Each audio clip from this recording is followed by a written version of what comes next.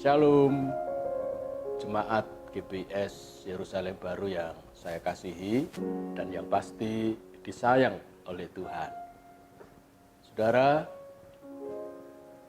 pada seri pesan pengembalaan kali ini, kita akan belajar sebuah tema, yaitu Tuhan yang tak berjarak, atau God is not distant.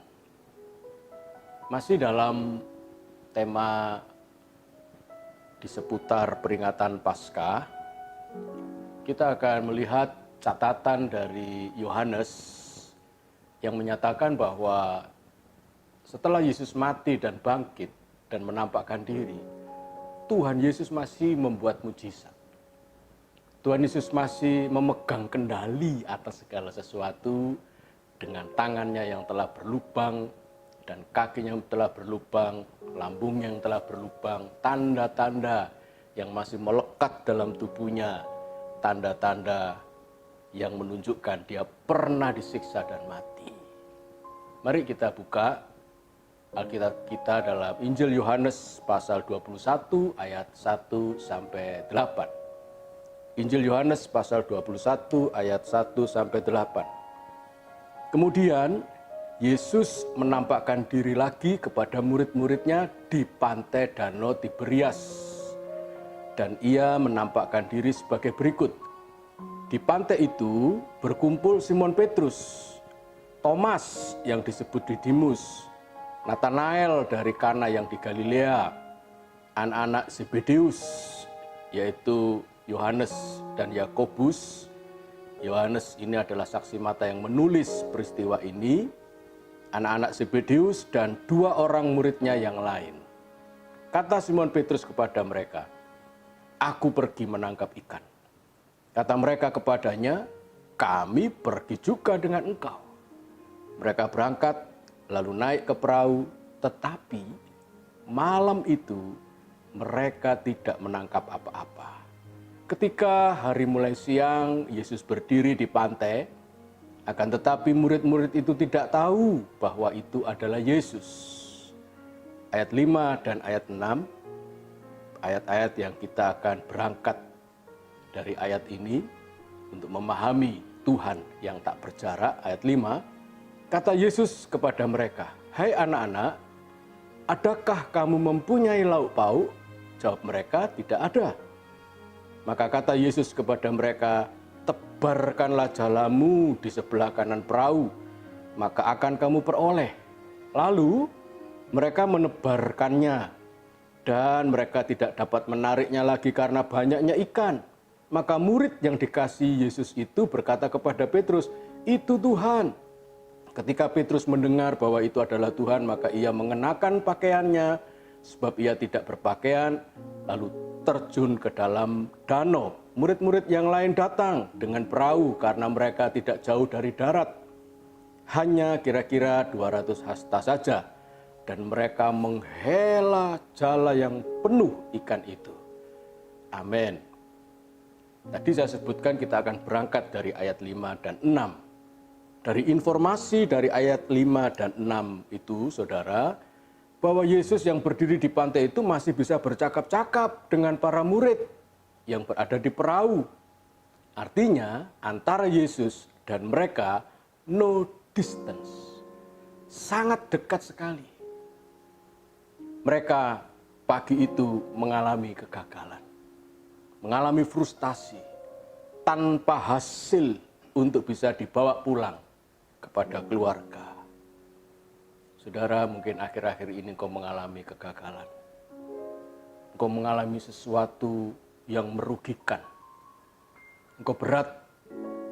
Beberapa pengusaha mengatakan, "Aduh Pak, kami harus menanggung gaji pegawai, sedangkan pemasukan sangat menipis. Kami tidak bisa keluar dengan bebas. Coba kalau kondisi resesi seperti ini, kami masih bisa keluar dengan bebas, kami masih bisa ketemu dengan orang-orang. Kami bisa bernegosiasi tatap muka langsung, kami bisa berunding, kami bisa mengadakan meeting dengan karyawan-karyawan kunci kami. Tetapi sekarang jelas kami mengalami kerugian, kami mengalami kegagalan. Para pakar-pakar di bidang perikanan, yaitu murid-murid Tuhan Yesus, secara logika tidak mungkin mereka bisa mengalami kegagalan.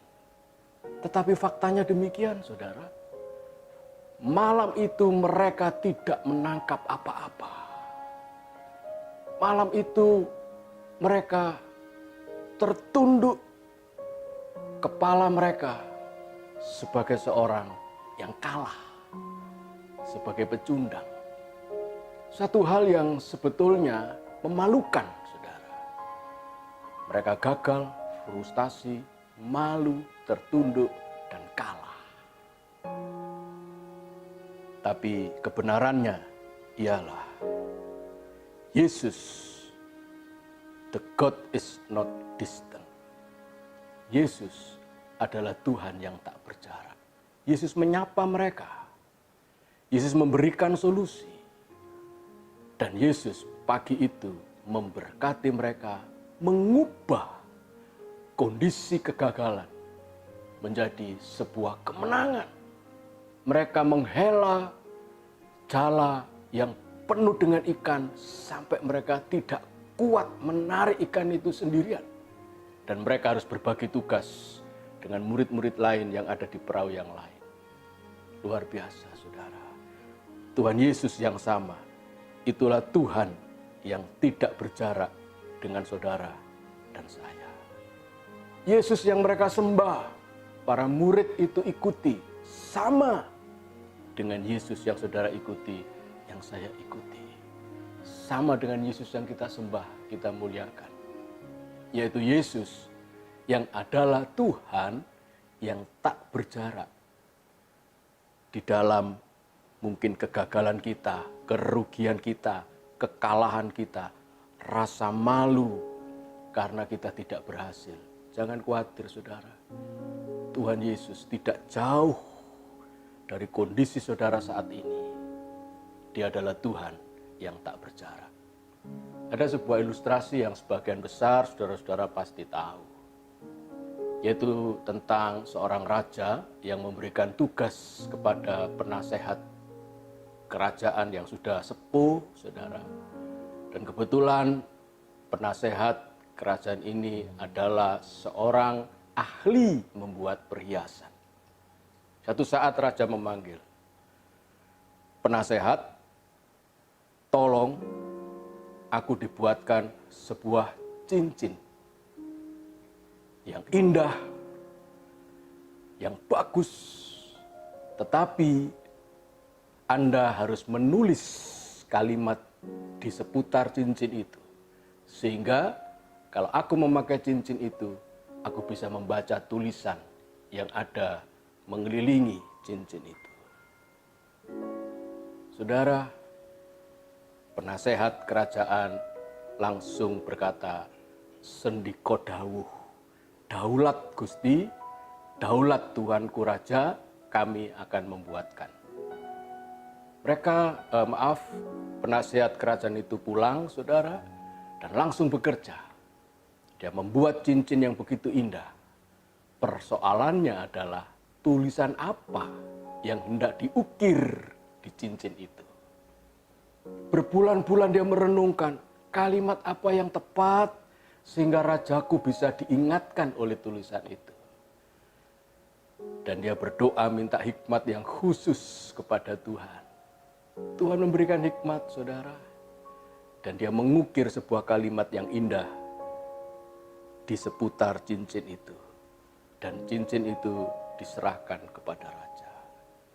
Raja senang sekali karena cincin itu begitu indah. Dan dia melihat, membaca, ada tulisan yang diukir sesuai pesanan raja. Bahwa kalimat itu bisa mengingatkan sang raja ketika dia memakai cincin itu. Apa tulisannya, saudara? Tulisannya, this too will pass. Ini pun akan berlalu. Saudara, pertama-tama membaca itu tentu saja raja bingung. dan bertanya kepada penasehatnya yang bijaksana, yang luar biasa itu. Penasehat, apa maksudnya tulisan ini? This too will pass. Ini pun akan berlalu. Dengan santun penasehat itu berkata, Raja, saya tuliskan itu supaya tulisan itu mengingatkan Raja di segala situasi. Ketika Raja mengalami kegagalan, mungkin, Raja mengalami kekalahan perang. Raja mengalami persoalan yang berat di istana kerajaan Raja. Raja akan diingatkan, jangan khawatir, ini pun akan berlalu. Saudara, saya harap ketika Bapak Ibu semua berada di rumah, terbatas gerak kehidupan kita, baik Anda yang adalah pengusaha, kami yang adalah karyawan yang bekerja di kantor, yang mengandalkan gaji pendapatan dari kantor, yang berkali-kali saya sebutkan mungkin akhir-akhir ini pendapatan kita tidak sebesar beberapa bulan yang lalu. Jangan khawatir saudara, ini pun akan berlalu. Kegagalan, kekurangan, pengalaman, penderitaan, beban, kesulitan, apapun yang hari ini kita alami. Jangan bingung, jangan khawatir saudara. Ini pasti akan berlalu. Pertama-tama, yang adalah kita mengerti Tuhan Yesus kita, Immanuel, Allah yang tidak pernah punya jarak dalam kehidupan kita. Puji Tuhan, itu peristiwa di laut di mana Tuhan memberkati ikan yang begitu banyak. Di tengah-tengah mereka mengalami kegagalan pada pagi hari itu. Mari kita lanjutkan membaca ayat 9. Kita lanjutkan membaca ayat 9 sampai 13. Dari Injil Yohanes pasal 21 ayat 9 sampai 13. Ketika mereka tiba di darat, jadi Rasul Yohanes mengajak pembacanya beralih tempat yang di laut itu menuju ke darat. Seolah-olah kamera yang menyorot peristiwa di laut pagi itu dialihkan sekarang menyorot peristiwa yang terjadi di daratan. Ketika mereka tiba di darat, mereka melihat api arang dan di atasnya ikan dan roti. Kata Yesus kepada mereka, bawalah beberapa ikan yang baru kamu tangkap itu. Simon Petrus naik ke perahu lalu menghela jala itu ke darat penuh ikan-ikan besar. 153 ekor banyaknya, dan sungguh pun sebanyak itu yang luar biasa, jala itu tidak koyak. Ayat 12, kata Yesus kepada mereka, marilah dan sarapanlah. Tidak ada di antara murid-murid itu yang berani bertanya kepadanya, siapakah engkau? Sebab mereka tahu bahwa ia adalah Tuhan. Yesus maju ke depan, mengambil roti, dan memberikannya kepada mereka. Demikian juga ikan itu. Sorotan kamera dari Yohanes di dalam peristiwa yang di darat itu, saudara, mereka menikmati fellowship yang indah bersama Tuhannya. Ternyata fellowship bersama Tuhan bukan hanya harus kita lakukan di bait Allah. Kita tentu saja tidak bisa beribadah seperti yang lalu-lalu di gereja. Tapi jangan khawatir saudara, pagi hari itu mereka berfellowship dengan Tuhan bukan di bait Allah, tapi justru di tempat yang biasanya mereka berada setelah pekerjaan usai. Di mana itu? Di darat. Di darat itulah mereka mendaratkan perahu. Mereka mencuci jala dengan air bersih. Mereka menjahit mungkin jala yang putus benangnya. Mereka perbaiki jala itu karena itu adalah perlengkapan mereka untuk mencari ikan. Lalu ini yang mereka lakukan. Mereka akan menghitung hasil ikan tangkapan mereka. Seperti Petrus yang waktu itu menghitung ikan yang mereka dapat yang begitu besar-besar dan jumlahnya 153 ekor. Suatu tempat yang jauh berbeda dengan laut yang semalaman mereka kemarin menjadikan mereka orang-orang yang gagal. Hari itu kontras. Malam itu mereka gagal, tapi pagi itu mereka diberkati oleh Tuhannya luar biasa. Dan mereka bisa berfellowship, bisa berjumpa dengan Tuhan mereka yang telah bangkit. Dan yang luar biasa lagi, saudara, ada sebuah kalimat yang saya sebagai hamba Tuhan terharu. Mereka sudah diberkati, tapi Tuhan mengundang mereka apa, saudara? Marilah, sarapanlah. Kenapa? Karena di darat itu Yesus sudah ada di sana dengan bonus tambahan berkat serta perhatian dan kasih. Mereka menemukan api dan arang yang masih membara, serta ada roti bakar di sana. Dan yang luar biasa, siapa yang menyiapkan itu? Tuhannya, saudara. Saudara yang dikasihi oleh Tuhan, ketika gagal, mereka menemukan Tuhan yang tak berjarak. The God is not distant. Tetapi ketika mereka kelimpahan dengan berkat, Yesus pun ada di sana. Dan masih menambah berkat yang sudah ada. Jadi buat apa kita cemas dan khawatir jika kita mempunyai Tuhan yang tak berjarak dengan kita? Di dalam segala keadaan suka dan duka. Sungguh kita bisa membuktikan namanya yaitu Immanuel, Allah yang tak berjarak atau Allah yang selalu beserta dengan saudara dan beserta dengan saya. Tuhan memberkati saudara. Mari kita akan nyanyikan pujian, Yesus, Kau sungguh baik. Allah yang begitu luar biasa, namanya Tuhan Yesus. Sesembahan kita, pujaan kita. Haleluya. Terima kasih Tuhan. Terima kasih Engkau baik bagi kami. Tidak pernah punya jarak dengan kami. Yesus, Kau sungguh baik. Yesus, Namamu indah. Yesus, ku tinggi Kau selalu, ku tinggikan, ku agungkan selamanya. Ku mau memujimu, ku selalu pujimu, ku mau menyembahmu, ku selalu sembahmu. Kau yang layak terima semua pujian, kemuliaan hanya bagi Tuhan. Mari kita berdoa saudara. Terima kasih Tuhan, Engkau Allah pribadi yang tidak berjarak dengan kami. Sungguh namamu Yesus, Allah yang menolong, Juru Selamat, Immanuel, Allah yang menyertai kami, yang mau bersama-sama dengan kami di tempat-tempat yang penuh dengan kegagalan maupun penuh dengan berkat. Engkau ada di situasi suka dan duka dalam segala musim kehidupan kami Tuhan.